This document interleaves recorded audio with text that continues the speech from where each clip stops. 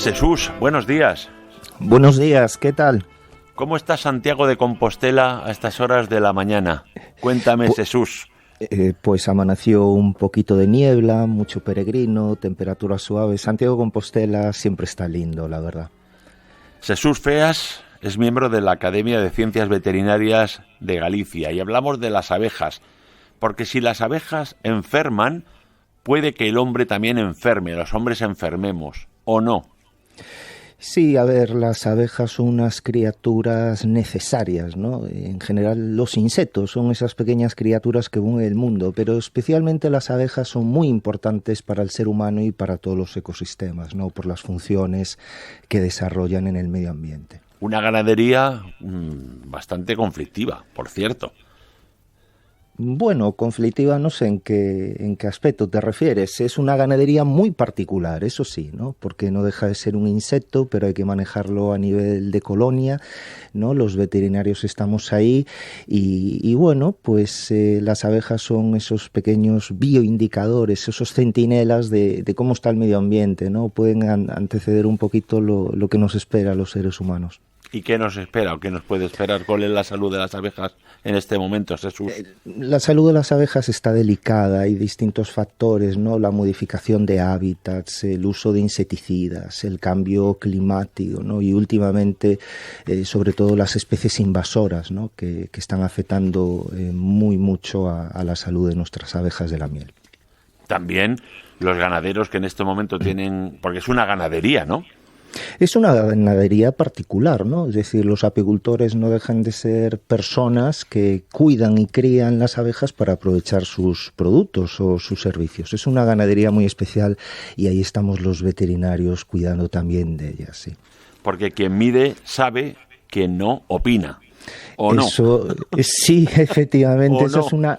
Sí, señor, sí, Manolo, esa es una máxima que utilizo yo muchas veces, ¿no? En todos los aspectos hay que tomar datos, hay que seguir un método científico, ¿no? Es decir, si nosotros tenemos números, datos, podemos saber, incluso predecir, si no medimos, simplemente estamos en el ámbito de la opinología. Pero hablamos de la velutina, si te parece bien, que en este momento ha habido noticias que me parece que no sé si en Gijón o en Vigo, había una especie de pescados que estaban un poco, digamos, en proceso de descomposición y han aparecido ahí, que es la velutina es bastante, utilizo otra vez el término de comprometida, un poquito cabronceta, ¿no? Bueno, la velutina es una especie invasora, se detectó en Francia en el año 2004-2005, en la península llegó en el 2010 por Navarra y efectivamente se está extendiendo por toda la península ibérica, por España, Portugal, también por otros territorios europeos, ¿no? Y bueno, haces mención a este caso en Vigo, suelen aparecer en la prensa distintas noticias, aún hace unos pocos días también en Santiago de Compostela retiraron un nido en un edificio de viviendas, ¿no? Bueno, es una especie invasora que está teniendo un gran impacto, no solo a nivel de la apicultura, porque es un depredador masivo de abejas, sino en otros aspectos como pueden ser medioambientales, seguridad de las personas, ¿no? Es complejo, es un asunto de una sola salud, ¿no? Es decir, los animales, las personas, el medio ambiente, estamos totalmente interrelacionados y bueno, lo que le afecta en este caso a las abejas, pues también le afecta a las personas. Y en el caso de Vigo, pues efectivamente había un barco. Hay un barco con unos restos de pescado y bueno, pues parece que hicieron allí el nido o van a alimentarse de este pescado, sí. Tú organizaste en el año 2017 un seminario internacional sobre velutina en Lugo. Tú empezaste a gestionar un proyecto que recibió financiación de la Unión Europea, pero la Universidad de Santiago te dejó fuera, pese a ser la persona con mayor número de publicaciones científicas sobre la velutina. ¿Qué pasó ahí? Efectivamente, organizamos en Lugo un seminario internacional, trajimos investigadores científicos de Portugal, Francia, Italia, también apicultores, también otras organizaciones relacionadas y, cómo no, la administración, y empezamos a gestionar para solicitud de un proyecto europeo. Yo formaba parte, incluso escribí gran parte de ese proyecto, concretamente el Atlantic Positive. Y bueno, pues la Universidad de Santiago decidió dejarme fuera. No soy yo quien crea que debe contestar esta pregunta, realmente habría que preguntarle a la universidad, ¿no? Fue algo muy doloroso, ¿no? Pero bueno, ahí seguimos con el apoyo, sobre todo de la población, otras entidades, y con bastante humildad, debo decirlo, ¿no? Pero ahí están mis resultados científicos, ¿no? Incluso algunos de ellos financiados por crowdfunding, ¿no? Entonces, hay castas y castas, pero la peor de las castas yo creo que es la universitaria, ¿no? Pero bueno, ahí seguimos con mucha ilusión trabajando y los resultados están ahí, sí. ¿Sigue existiendo la lucha departamental en las universidades? ¿Siguen siendo, como tú dices, reinos taifas? Yo creo que sí, ¿no? Pero bueno, es algo personalmente muy superado, ¿no? Estoy en otros ámbitos investigadores, científicos. A veces ha sido difícil porque uno necesita ingresos, ¿no? Para sobrevivir y para mantener la familia, pero bueno, ahí estamos sacando resultados muy interesantes que sobre todo se valoran en otros ámbitos, ¿no? Yo siempre digo, cuando me invitan a dar alguna conferencia aquí en Galicia o en el resto de España, muy agradecido porque me suelen llamar mucho más de fuera, de otros países de la Unión Europea, incluso de Corea del Sur, ¿no? Para hablar sobre esta cuestión de la velutina, y aquí, como se suele decir en casa de herrero, cuchillo de palo. ¿A ti te han picado alguna vez la velutina? A mí no, a mi familia, a muchos amigos sí, pero a mí concretamente no, nunca me ha picado. Abejas sí, no, pero velutina no. He leído en algunas revistas especializadas, y también nuestra común amiga, la catedrática de la Facultad de Veterinaria de Madrid, que la velutina no se puede erradicar. ¿Tú crees que se puede erradicar? Yo creo que sí que se podría erradicar. ¿Cómo? Bueno, estamos hablando de técnicas de manipulación genética, técnicas complejas, CRIPS, ¿no? Se podría erradicar, también hay el riesgo de intentar erradicarla aquí en Europa y que esa erradicación llegue a su lugar de origen, ¿no? Pero sí, no es ciencia ficción poder erradicarla, lo que pasa es que se necesita mucha investigación y muchos recursos, ¿no? Pero bueno, en vez de pensar en una erradicación que es costosa, compleja, utilizando, pues por ejemplo, eso, como comentaba, manipulación genética, pues incluso aprovechando lo que es la reproducción sexual de los individuos, pues podemos pensar que hay otro tipo de medidas mucho más accesibles para hacer frente a esta especie invasora. Y es que en Galicia hay muchísimos decesos por picaduras de insectos, se producen y la velutina está directamente relacionada, muy relacionada. Efectivamente, ese es un trabajo científico que publiqué en la revista Biology hace un par de años y pone de manifiesto que Galicia, ya no solo de España, sino de todo el mundo, es el territorio con más fallecimientos debido a picaduras de insectos, ¿no? De insectos himenópteros.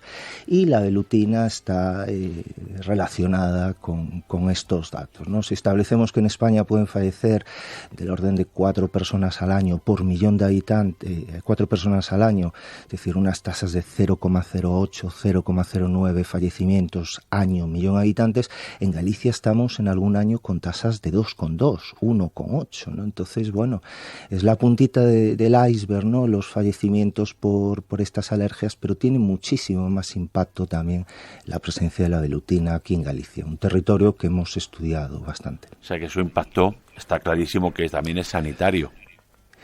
Sí, al principio de la invasión se ponía mucho el foco en la apicultura y así es, ¿no? La avispa velutina es un depredador masivo de abejas de la miel, también de otros insectos, ¿no? Y a los insectos hay que cuidarlos a todos, ¿no? Entonces se reconoce rápidamente la afectación de la apicultura, ¿no? Es decir, la pérdida de colonias, los apicultores pues estaban sobrepasados, ¿no? Pero la velutina es una especie muy plástica, se asienta mucho en las ciudades, hace sus nidos, colonias en todos los ambientes, ¿no? Entonces 2012 fue el año donde se detectó en Galicia 2 nidos, en apenas 4 años pasamos a más de 10.000, ¿no? Es una especie que se siente muy cómoda en los espacios urbanos, quien mide sabe, quien no opina. En Santiago de Compostela en el año 2015 se detectan 3 nidos, apenas 3 años más tarde 971, ¿no?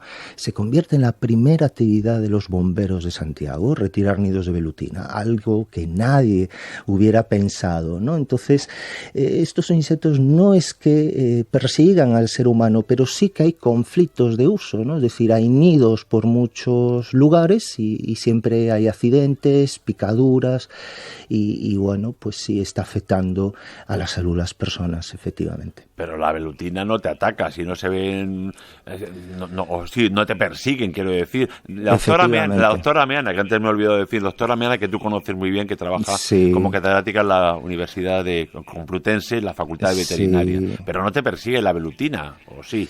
No, la velutina no te persigue. Quiero hacer aquí un inciso. La doctora Meana organizó junto a Vespa un congreso internacional, un simposio hace poquito en junio en Madrid, que fue un éxito total. Más de 200 participantes de más de 20 países. Puso Madrid y España en el centro mundial de la apicultura.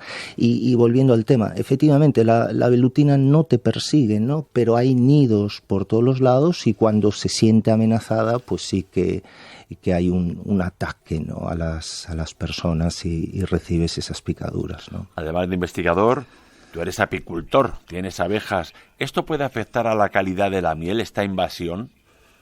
Más que a la calidad de una forma cualitativa, pues lo que va a afectar es a la cantidad, ¿no? Es decir, no es que la velutina sea solo un depredador masivo de abejas, sino que lo que realiza la colmena es una paralización de la actividad de las abejas, ¿no? Entonces esas abejas van a dejar de producir miel, de acopio de polen, de néctar, ¿no? Incluso van a pasar muy mal la invernada y bueno, hay datos ya que establecen que en las zonas, en los territorios donde está presente la velutina, hasta el 65% de colonias se pierden, ¿no? Entonces, efectivamente, y como comentaba antes, es un depredador masivo de abejas, pero también de otros insectos, y todos los insectos son necesarios, ¿no? ¿Y cómo es posible que en España hayan encontrado estas depredadoras hábitat, no solamente la velutina, también otros animales? Aquí en Radio Nacional de España, en Prado del Rey, tenemos unas cotorras que también nos han invadido. Están todo el día cotorreando. Sí. Están cabreadas. Parece que entramos en la radio están cabreadas permanentemente. Sí, invasoras. ¿No? ¿Por qué España es un hábitat extraordinario para que habite la velutina, las cotorras y otras especies? Otros depredadores. Sí, las especies invasoras junto a la modificación de hábitat son las dos primeras causas de pérdida de biodiversidad.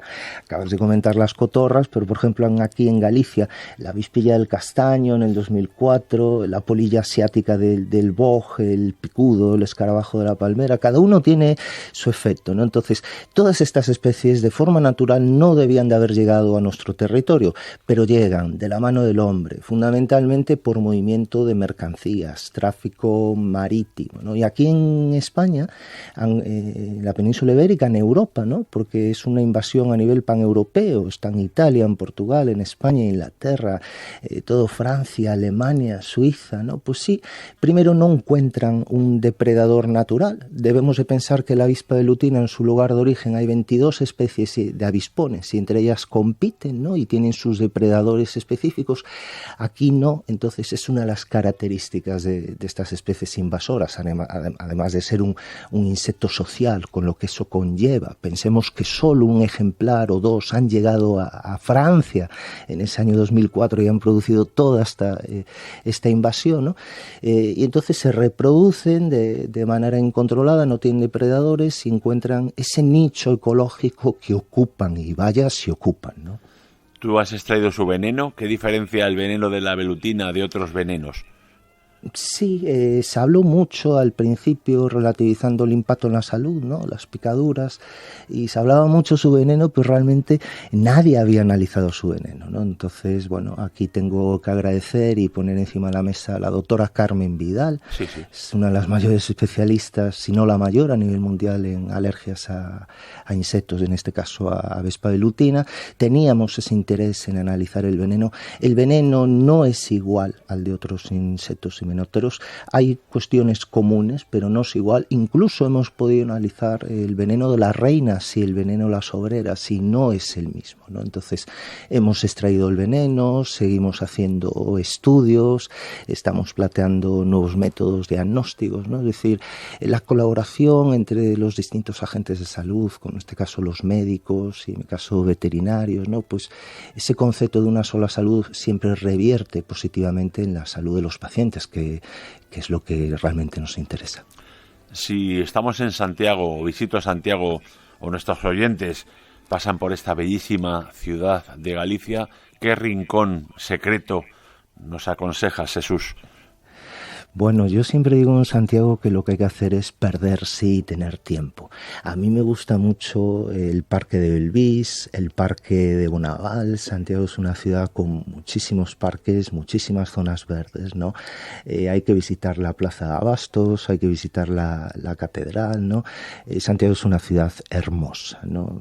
Capaz que ahora está bastante masificada, ¿no? De peregrinos, pero yo me quedaría eso, el Parque de Bonaval, el museo do Povo Galego, que está ahí, de arte contemporánea, ¿no? Hay muchos espacios en Santiago para visitar y sobre todo perderse con tiempo. Jesús Feas, miembro de la Academia de Ciencias Veterinarias de Galicia, te deseo una buena tarde de sábado. Lo que queda de este sábado te deseo lo mejor. Igualmente, muchísimas gracias, Manolo. Un abrazo muy fuerte y un abrazo a nuestros compañeros de Radio Nacional de España en Santiago de Compostela. 10 y 26, serán dados. 9 y 26.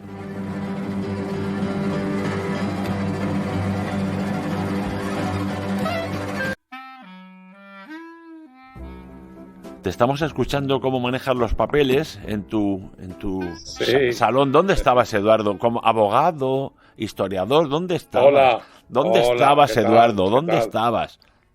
Estaba moviéndome por casa. ¿Has escuchado lo de la avispa, lo de la abeja velutina? Sí, asustado.